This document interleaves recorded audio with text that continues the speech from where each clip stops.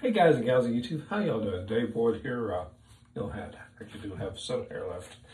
Anyways, I'm pretty excited about wanting to find something that actually I thought I'd gotten rid of years ago. All right, let's get to it. First of all, as usual, unloaded. This is my old Victory model.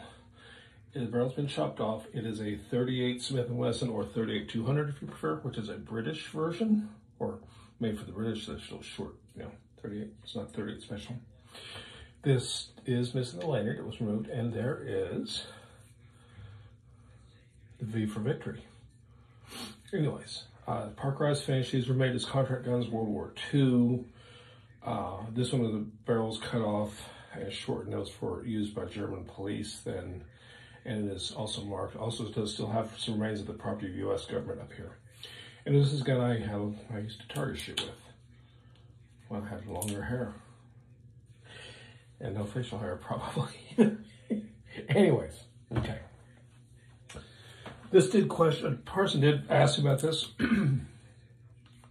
This is another military and police 10 pick. It's my dad's gun. Person did ask me, so I was going to point out. Just please bear with me. This has a C for commercial model, or we'll call it civilian model.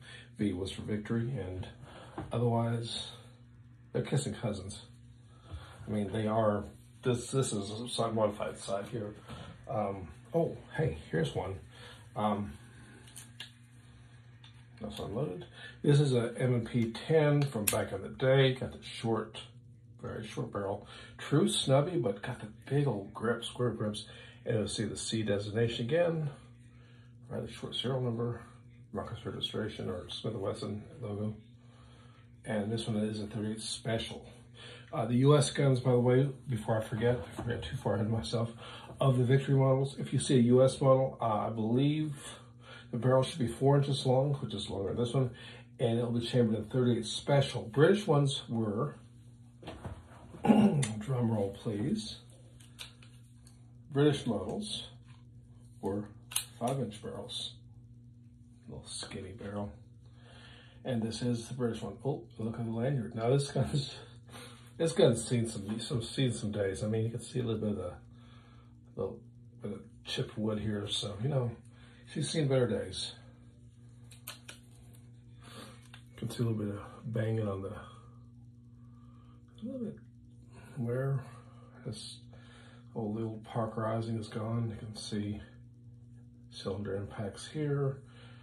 If anyone's wondering, you can, if you need to fake something, you can push, slide your release back, and you can fake it. Gun will think, and then, golly. You can see where your firing pin, how far it's come through, make sure it's detented, or you can just use a snap cap, probably better. Up here still has the markers of the U.S. property of the U.S. government. It's quite faint. Smith & Wesson, and then on this side, of course, or this has special, it just says your 38 Smith & Wesson cartridge, and it was known as a 38-200, made in USA.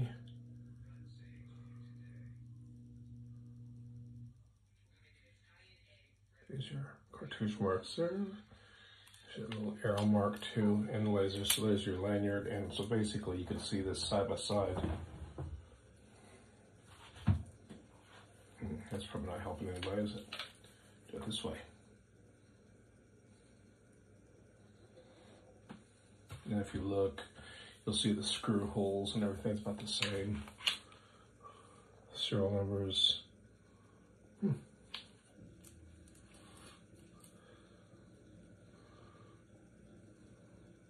Both Victory models.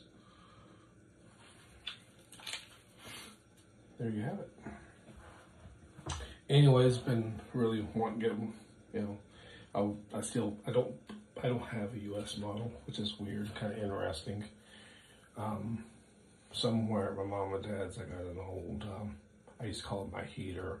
It was actually a hand ejector where this is like really bulbous, and the trigger is just insanely large where like you put a huge sausage finger through it, but the grips are actually smaller and they're rounded off with a little bird's head, and I used to find it so funny as a child, like, what a weird looking thing. But anyways, so the purpose of this is there's our Victory model. V versus C, 5-inch British. Really enjoy having this one, and quite an accurate shooter. Plus, it's very light feeling. It feels strangely light because I guess because it draws the weight out in this little skinny barrel, and visually it leaves you kind of thinking like, oh, hey, you know.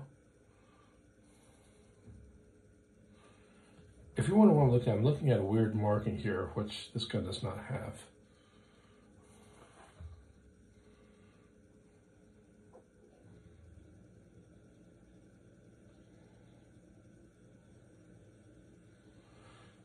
It says District Company LLC, Winchester, Ohio. I got to look into this. This is what happens when you dig out something. You say, oh, I've had it forever. I know everything there is to know about it. And you talk about the internet, and then you're sitting here, you know, with this perplexed look going, I need to look into that. If anyone out there knows, that's what I'm talking about right there. So, Ohio address, LLC. There's the old markings there. Anyways, with that, I'll just end with my old target shooter, which actually in really good shape. I mean, in fact, it's been trimmed down, but I did a good job on it. I used to shoot a lot and not realize how old it was, you know. Back in those days, you could have bought this, a couple bucks of ammo for about the price of about 4 Starbucks 6-shot drinks. Anyways, appreciate the views out there and the growth on the channel. Sometimes I'm a little bit late getting back to you guys. Sorry about that because this is on I just don't pay much attention to this. I'm sorry. I need to be better about that. So, still growing, and eventually we'll try to improve the way we do films. So, appreciate the views out there and all the comments. It's a great community. Y'all take care of yourselves. Till next time. Ciao.